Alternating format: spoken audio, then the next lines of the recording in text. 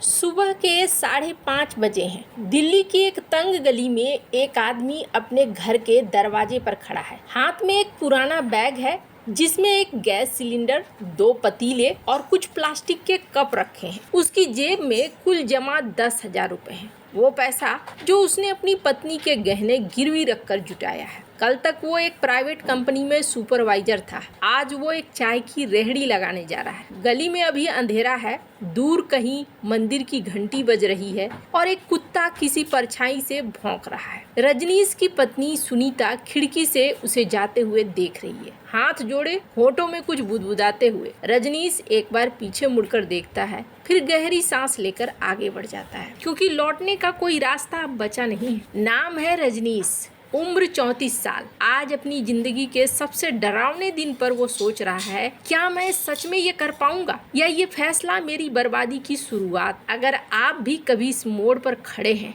जहां नौकरी छूट गई है, जहां बैंक बैलेंस डर पैदा कर रहा है, जहां घर वालों की उम्मीदें आपके कंधों पर बोझ जैसी लगती हैं, तो ये एपिसोड सिर्फ रजनीश की कहानी नहीं है, ये आपकी भी कहानी हो सकती है। क्योंकि आज हम बात करेंगे एक ऐसे बिजनेस की जिसे शुरू करने के लिए ना MBA चाहिए, ना बड़ा लोन, ना कोई गॉडफादर, सिर्फ 10,000 रुपए और हिम्मत। हम बात करेंगे चाय के बिजनेस की, कि कैसे सिर्फ 10,000 में शुरू हुआ ये छोटा सा स्टॉल धीरे धीरे एक ऐसी कहानी में बदला जिसने रजनीश की पूरी जिंदगी बदल दी। इस एपिसोड में आपको मिलेगी पूरी कहानी। रजनीश की कहानी शुरू होती है आज से 8 महीने पहले। वो गाजियाबाद के एक छोटी सी मैन्युफैक्चरिंग कंपनी में सुपरवाइजर था। तनख्वाह 22,000 रुपए महीना, ना बहुत ज्यादा ना बहुत कम, लेकिन इतनी कि घर चल जाए। 2 बच्चे, पत्नी सुनीता, बूढ़े माता पिता, कुल मिलाकर 6 लोगों का घर और एक अकेली तनख्वाह। फिर एक दिन बिना किसी चेतावनी के कंपनी ने अपना एक पूरा प्लांट बंद करने का फैसला किया। रजनीश समेत 48 लोगों को एक ही झटके में नौकरी से निकाल दिया गया। कोई नोटिस पीरियड नहीं, कोई ठीक से मुआवजा नहीं, बस एक कागज पकड़ाया गया और कहा गया कल से मत आइए। उस रात रजनीश घर नहीं गया। वो 2 घंटे तक बस स्टैंड पर अकेला बैठा रहा, सोचता रहा कि सुनीता को क्या बताएगा। जब आखिरकार घर पहुंचा तो सुनीता ने उसका चेहरा देखते ही समझ लिया कि कुछ गड़बड़ है, और उस रात दोनों देर तक बैठे रहे बिना कुछ खाए। सुनीता ने बस इतना कहा, जो भी होगा हम साथ मिलकर निपटेंगे। अगले 2 महीने रजनीश ने हर जगह नौकरी ढूंढी, इंटरव्यू दिए, रिज्यूमे भेजे, पुराने साथियों से सिफारिश मांगी, लेकिन हर जगह एक ही जवाब मिलता, अभी पोजीशन नहीं है या हम फ्रेशर ढूंढ रहे हैं कम सैलरी पर। उम्र 34 साल की थी और बाजार में यही उम्र सबसे मुश्किल मानी जाती है। ना जूनियर ना सीनियर, बीच में लटका हुआ। हर भारतीय मध्यम वर्गीय घर की तरह रजनीश के घर में भी हर महीने की एक तय लिस्ट थी। मकान का किराया 6,000, बड़े बेटे की स्कूल फीस 1,800 रुपए महीने, छोटी बेटी की ट्यूशन फीस 700 रुपए, बिजली पानी का बिल औसतन 1,200 रुपए और राशन का खर्च कम से कम 5,000 रुपए। इतना ही नहीं, पिताजी की दवाइयों का खर्च भी हर महीने का 1,500 रुपए था। शुगर और ब्लड प्रेशर की दवाइयाँ जो टाली नहीं जा सकती थी, यानी बिना तनख्वाह के हर महीना एक जंग जैसा लगने लगा था। घर में जमा पूंजी तेजी से खत्म हो रही थी। 2 महीने में ही बचत का ज्यादातर हिस्सा किराए, बच्चों की स्कूल फीस और राशन में जा चुका था। रजनीश ने अपने 2 करीबी दोस्तों से उधार मांगने की भी कोशिश की, लेकिन एक दोस्त ने खुद अपनी मजबूरी बताई और दूसरे ने 5,000 रुपए तो दे दिए, लेकिन साथ में एक अनकहा दबाव भी दे गया। हर बार जब वो दोस्त फोन करता, रजनीश को ऐसा महसूस होता जैसे वो पैसे मांगने के लिए ही फोन कर रहा हो। तीसरे महीने में रजनीश को एक ऐसा फैसला लेना पड़ा जो उसने कभी सोचा भी नहीं था। सुनीता के शादी के गहने गिरवी रखने पड़े। जिस दिन रजनीश सुनार की दुकान से गहने गिरवी रख कर लौटा, उस दिन उसने खुद को आईने में देखने से भी परहेज किया।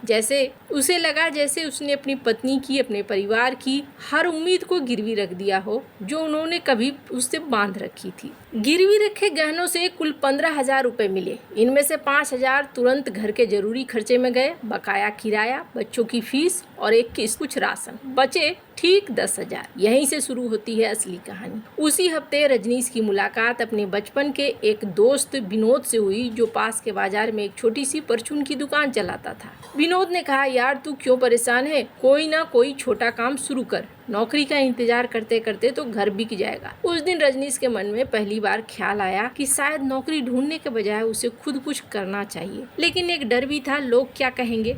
एक सुपरवाइजर रह चुका आदमी अब रेहड़ी लगाएगा। 10,000 रुपए के साथ रजनीश के सामने कई रास्ते थे। कुछ दोस्तों ने कहा मोबाइल रिपेयरिंग सीख लो, किसी ने सुझाया ऑनलाइन कुछ बेचना शुरू कर दो, एक रिश्तेदार ने कहा किसी MLM कंपनी से जुड़ जाओ, बिना मेहनत के पैसा मिलेगा। लेकिन रजनीश ने एक अलग तरीके से सोचा। उसने अपने आप से 3 सवाल पूछे। पहला, ऐसा क्या है जिसकी मांग हर दिन हर मौसम में रहती है? दूसरा, ऐसा क्या है जिसे शुरू करने में बहुत बड़ी पूंजी, बहुत बड़ी ट्रेनिंग की जरूरत नहीं है? और तीसरा, ऐसा क्या है जो उसके घर के आसपास पहले से नहीं है या जहाँ पहले से मौजूद ऑप्शन अच्छे नहीं है? तीनों सवालों का एक ही जवाब निकला, चाय। उसने गौर किया कि उसके मोहल्ले के पास एक बड़ा ऑफिस कॉम्प्लेक्स था जहां रोज सैकड़ों कर्मचारी आते जाते थे। पास में सिर्फ एक पुरानी गंदी सी चाय की दुकान थी जहां का चाय का स्वाद औसत था, साफ सफाई पर कोई ध्यान नहीं था। लोग मजबूरी में वहीं चाय पीते थे क्योंकि कोई दूसरा विकल्प नहीं था। रजनीश ने यहीं अपना मौका देखा। उसने सोचा अगर मैं अच्छी चाय और साफ सुथरे तरीके से शुरू करूं तो ये मेरे लिए बहुत अच्छा होगा।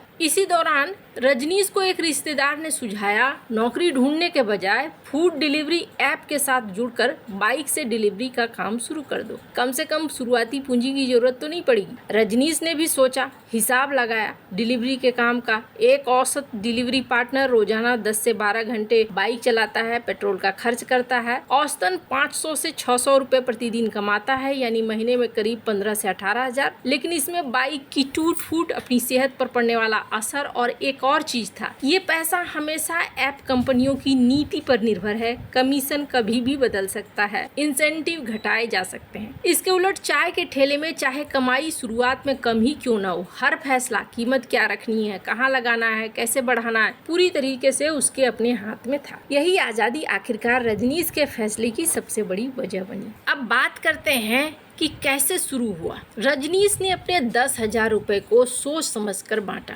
क्योंकि उसे पता था कि उसमें बर्बाद करना मुश्किल होगा। सबसे पहले और सबसे बड़ा खर्च था रेहड़ी या ठेला का। रजनीश ने नया ठेला बनवाने के बजाय एक पुराना इस्तेमाल किया हुआ ठेला खरीदा जो किसी और दुकानदार ने बेचा था क्योंकि वो अपना बिजनेस बंद कर रहा था। इसकी कीमत पड़ी 3,500 रुपए। नया ठेला बनवाने में कम से कम 7-8 हजार लगते तो यहाँ आधे पैसे बच गए। इसके बाद आया गैस चूल्हा और सिलेंडर का इंतजाम। एक छोटा 2 बर्नर वाला चूल्हा, जरूरी पाइप, रेगुलेटर मिलाकर करीब 1200 रुपए में। सिलेंडर के लिए रजनीश ने नया कनेक्शन के बजाय अपने घर के पुराने डोमेस्टिक सिलेंडर से ही शुरुआत। बाद में जब बिजनेस चला तो कमर्शियल कनेक्शन लिया। इससे शुरुआत में करीब 1,000 रुपए और बच गए। बर्तनों में 2 बड़े पतीले, चाय बनाने के लिए एक छन्नी, एक कड़छुल और दूध, चीनी, चाय पत्ती रखने के डिब्बे। इन सब का कुल खर्चा आया 800 रुपए। कच्चा माल यानी दूध, चाय पत्ती, चीनी, अदरक, इलायची। पहले हफ्ते के लिए रजनीश ने 1200 रुपए का सामान खरीदा, साथ ही डिस्पोजेबल कप जो शुरुआत में सबसे सस्ते वाले 500 रुपए में 500 कप खरीदे गए। एक छोटा सा स्टूल, एक टेबल जो पहले से घर में पड़े पुराने सामान में जुगाड़ था,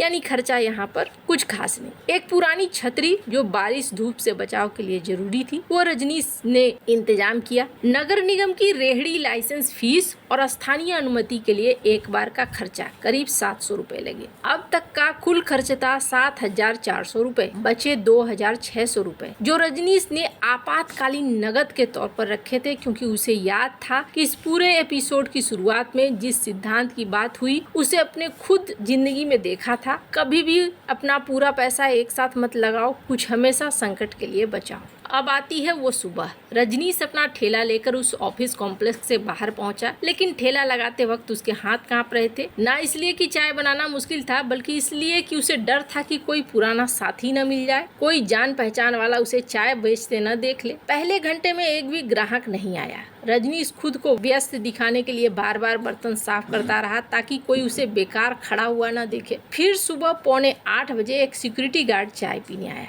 रजनीश ने कांपते हाथों से पहली चाय बनाई और गलती से उसमें चीनी दुगनी डाल दी। गार्ड ने एक घूंट पीकर मुंह बनाया लेकिन कुछ नहीं बोला, पैसे देकर चला गया। अगले 3 घंटों में सिर्फ 3 और ग्राहक आए। दोपहर की कुल कमाई थी 34 रुपए। रजनीश वहीं ठेले के पास बैठ गया, सिर झुकाए। उसे उस पल याद आया अपना पुराना ऑफिस, अपनी कुर्सी, अपनी साथी और आंखों में आंसू। उसने सोचा, क्या मैंने गलत फैसला किया? दोपहर करीब 1 बजे वही घटना हुई जिसका उसे सबसे ज्यादा डर था। उसका एक पुराना साथी जिसके साथ वो कभी एक ही टीम में काम करता था, उसी सड़क से गुजरा। दोनों की नजरें मिली। रजनीश ने शर्म से अपनी नजरें झुका ली। चाय के बर्तन में कुछ ठीक करने का बहाना बनाकर मुंह छुपा लिया। उसका पुराना सहकर्मी कुछ पल रुका, फिर बिना कुछ कहे आगे बढ़ गया। उस एक पल में रजनीश को लगा जैसे उसकी पूरी इज्जत मिट्टी में मिल गई। शाम हुई। शाम को घर लौट गया रजनीश। सुनीता ने पूछा, आज कैसा रहा? रजनीश ने जेब से 34 रुपए निकाले। सुनीता ने पैसे देखे, फिर रजनीश का चेहरा देखा और बिना कोई सवाल पूछे उसके सामने खाना रख दिया। उस रात रजनीश देर तक जागता रहा। दूसरे हफ्ते में एक रिश्तेदार की शादी थी। पूरे परिवार मुलाकात हुई। एक चाचा ने पूछा, और रजनीश, नौकरी का क्या हुआ? रजनीश ने कहा, अपना छोटा सा काम शुरू किया है। एक रिश्तेदार ने तुरंत कहा, सुना है चाय की रेहड़ी लगाई है। दूसरी तरफ से आवाज आई, अरे पढ़े लिखे आदमी चाय बेचेंगे? फिर तुलना शुरू हो गई, किसका बेटा बैंक में है, किसका सरकारी नौकरी में, किसी का विदेश में। रजनीश चुप रहा। उस दिन सुनीता ने घर लौटते समय उसका हाथ पकड़ा और कहा, लोगों की बातों से हमारे बच्चों की फीस नहीं भरेगी। ये बात रजनीश के दिल में बैठ गई। उसने फैसला किया, अब जवाब शब्दों से नहीं दूंगा, नतीजों से दूंगा। 3 छोटे बदलाव किए उसने। रजनीश ने समझा कि सिर्फ चाय बेचने से काम नहीं चलेगा, उसे ग्राहक को वापस लाना होगा। उसने 3 चीजें बदली। पहला, स्वाद। उसने एक बुजुर्ग महिला से चाय बनाने की बेहतर विधि सीखी। पानी और दूध का अनुपात, अदरक की मात्रा, इलायची कब डालनी है, चाय पत्ती कितनी देर पकानी है। उसने हर चीज को माप कर करना शुरू किया। दूसरा, उसने ग्राहकों के नाम याद करने शुरू किए। हर ग्राहक से मुस्कुराकर बात करता, ठेला रोज साफ करता, कप व्यवस्थित रखता। तीसरा, समय। पहले वो 7:30 बजे ठेला लगाता था, अब उसने 6:30 बजे की शुरुआत कर दी। जब ऑफिस की भीड़ आती है, उसकी चाय पहले से तैयार रहती है। ये 3 बदलाव किसी बड़े निवेश के बिना हुए, लेकिन असर बड़ा हुआ। धीरे धीरे रोज के ग्राहक बढ़ने लगे। 15, फिर 25, फिर 40 और कुछ दिनों बाद 45 से ज्यादा ग्राहक रोज। एक महिला ग्राहक थी, प्रिया। वो रोज सुबह 8:30 बजे आती थी। एक दिन उसने चाय पीकर कहा, आपकी चाय में कुछ अलग है, दिल से बनाते हैं आप। रजनीश के लिए ये सिर्फ तारीफ नहीं थी, ये उसके लिए सबूत था, मेहनत दिखाई दे रही थी। प्रिया ने अपने ऑफिस के कई लोगों को उसकी चाय के बारे में बताया। यही था मुंह जुबानी प्रचार, और इसकी कीमत है 0 रुपए। तीसरे हफ्ते की एक रात करीब 11 बजे रजनीश के पिता को अचानक सीने में दर्द हुआ। घर में उस समय सिर्फ 800 रुपए थे। अगले दिन उसी पैसे से कच्चा माल खरीदना था, लेकिन उस समय बिजनेस से ज्यादा जरूरी पिता की जिंदगी थी। रजनीश और सुनीता उन्हें अस्पताल ले गए। जांच और दवाइयों में करीब 600 रुपए खर्च हुए। डॉक्टर ने बताया, घबराने की जरूरत नहीं है, गंभीर समस्या नहीं है। लेकिन रजनीश के पास अगली सुबह सिर्फ 200 रुपए बचे। उसने सोचा, अब ठेला कैसे लगेगा? फिर उसे एक बात समझ आई, अगर वो आज ठेला नहीं लगाएगा तो आज की कमाई नहीं होगी, और अगर कमाई नहीं होगी तो अगले दिन कच्चा माल नहीं आएगा। उसने बचे 200 रुपए से जितना संभव था उतना सामान खरीदा। उस दिन उसने सिर्फ करीब 25 कप चाय तैयार की, लेकिन दिन खत्म होने तक उसने करीब 250 की बिक्री कर ली। उस रात उसने मिट्टी का एक छोटा गुल्लक खरीदा और नियम बनाया, हर दिन कमाई में से कम 10 रुपए इमरजेंसी फंड में जाएगा। छोटी रकम थी, लेकिन ये रकम उसे मानसिक सुरक्षा देती थी। अब बात करते हैं नंबरों की। पहले सप्ताह में रजनीश लगभग 30 से 40 कप रोज बेच रहा था। मान लीजिए औसत बिक्री 35 कप का 10 रुपए के हिसाब से 350 रुपए प्रतिदिन। अगर 1 कप की कुल लागत 3.5 रुपए मानी जाए तो 35 गुना 3.5 लगभग 122 रुपए 50 पैसे, यानी योगदान करीब 227 से 230 प्रतिदिन। दूसरे सप्ताह में बिक्री बढ़कर 60 कप हो गई, यानी 600 रुपए की बिक्री, लगभग 210 कच्ची लागत में, योगदान करीब 390। तीसरे और चौथे सप्ताह में 80 से 90 कप हो गई, यानी 90 कप 10 रुपए के दर से 900 रुपए की बिक्री,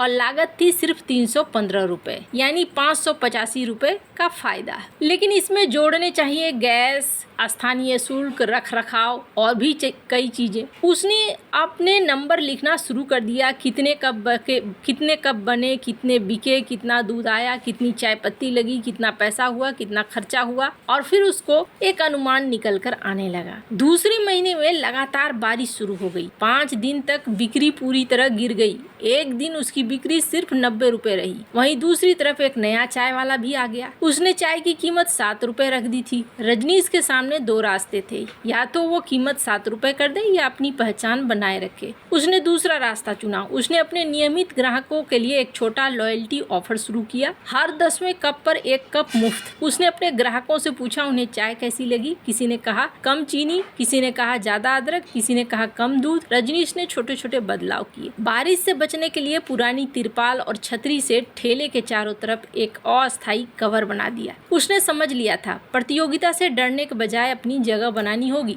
ब्रेक इवन ने डर बदल दिया। एक दिन रजनीश बैठकर हिसाब कर रहा था। उसने अपनी रोज की न्यूनतम लागत निकाली। मान लीजिए रोज के जरूरी खर्च सिर्फ 120 रुपए। अगर 1 कप पर उसे प्रॉफिट 6 रुपए का होता है तो उसे लगभग 20 कप का पैसा खर्च करना पड़ता है। ये रोज के लिए उसका खर्च हो रहा है। यही संख्या उसके लिए महत्वपूर्ण बन गई। अब जब बारिश होती तो ये नहीं सोचता था कि आज बिजनेस खत्म हो जाएगा। वो सोचता था पहले 20 कप बेचने हैं, उसके बाद जो होगा देखा जाएगा। यानी डर को एक संख्या में बदल दिया उसने। घर का भी नजरिया धीरे धीरे बदला। शुरुआत में सुनीता को डर था, पिता को शर्म महसूस होती थी। उन्हें लगता था कि उनका बेटा सुपरवाइजर से चाय वाला बन गया। लेकिन पहले महीने के अंत में रजनीश घर में लगभग 12,000 का मुनाफा लेकर आया। और अगले महीने सुनीता ने खुद मदद करना शुरू कर दिया। वो रात में ही अदरक इलायची का मसाला तैयार कर देती। सुबह रजनीश का समय बच जाता। वो घर के खर्चों का